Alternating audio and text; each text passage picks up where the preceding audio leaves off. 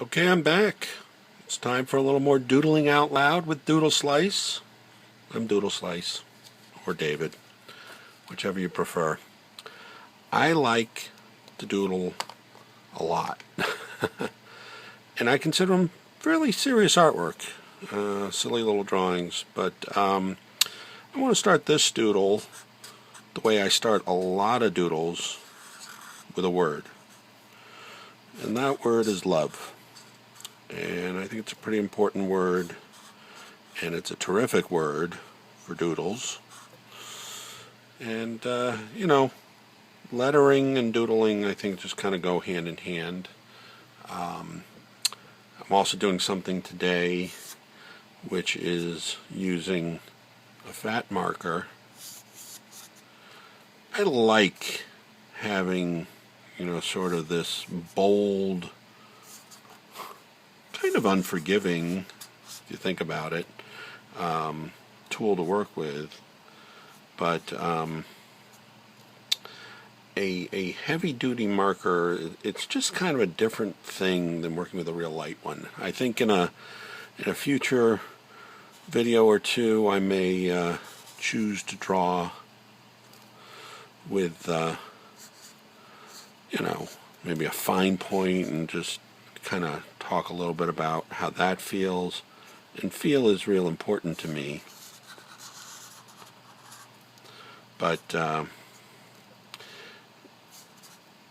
today, I just wanted to show this to you because, to me, working with just this heavy, heavy line, it forces you to be a little bolder. I think make bolder choices. And I think bold choices open up artwork in ways that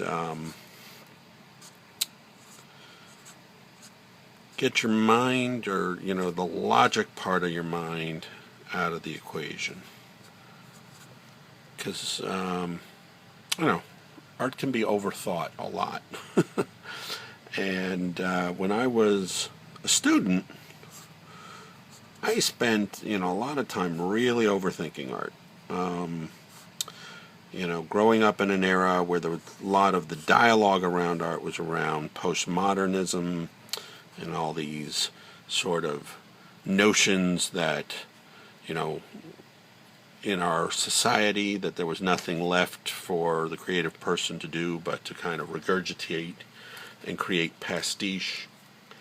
And to me, that was just such a hopeless kind of point of view for a young artist to embrace.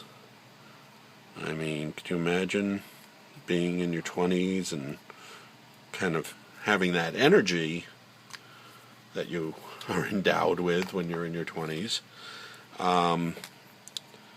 and be sort of kind of relegated to this idea that art is dead, creativity is dead, originality is dead. And it seemed to me like, it didn't leave a lot of excitement.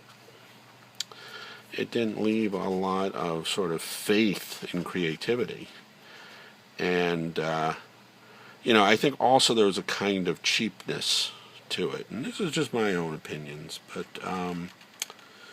that somehow the quest for originality, creativity should be abandoned somehow because everything had been done before. And I guess my answer back is just everything's been done before except what hasn't. And you won't know what hasn't looks like until you find it. And I'm looking, and I think there's a lot of other artists out there looking. And I don't think that's disrespect for the past. I think in many ways that's, embracing traditions of exploration. But at the same time, the other thing it gets accused of is being naive. And I don't buy into that either. I think that's also an easy answer. What's naive about, knowing the odds are against you, but pursuing moving forward anyway. I mean, what's the point? Maybe I never find it. Maybe I've already found it, didn't recognize it. Maybe it's someone whose work I poo-pooed because I couldn't recognize the new in it. I hope I never did that, but hey, it could be true. But we explore. And love is sort of this bountiful idea to explore.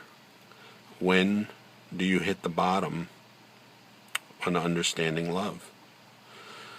It's infinite. It's, the same so many times, and yet never the same, because it's our experience. And when our passion burns, how can anyone deny the reality of that? Were Romeo and Juliet, they were foolish. It was a tragedy. Their love, a destructive force. But they were in love. And for them, it was everything. And, the hindsight of wisdom, the explanations of old age, they didn't mean anything.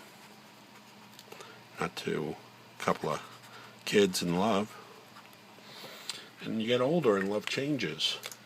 And you change. And you experience it different ways. And it shocks you. And you find new strength in it. And you find there's an endurance to love. There's a patience. So you have, the ultimate impatient force also becoming the most quiet, serene, and caring force. Because kindness and love, they come together. So I don't know. I always try to find. And it's a funny thing, getting away from love for a moment, but signing artwork. I used to make these abstract paintings, and I really didn't like to sign them. I'd sign them on the back. I'd put strange things on the back. But somehow, that didn't feel right to me anymore, and I wanted to bring something back, and identify and make my mark. And for a while, I'd sign them with my last name, Cohen. And then this name kind of fell in my lap, Doodleslice. And I think I've told that story before, and I'll mention it again in the future. But I've tried to integrate it into what I do now. Let Doodleslice kind of be just an aspect of my world.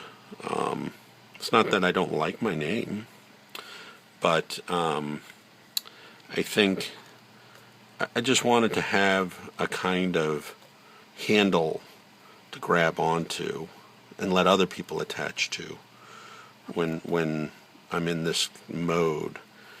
And it's kind of a funny word. And if it's silly, it's got a fighting chance with me. So, signatures have come in, expression moves to the forefront.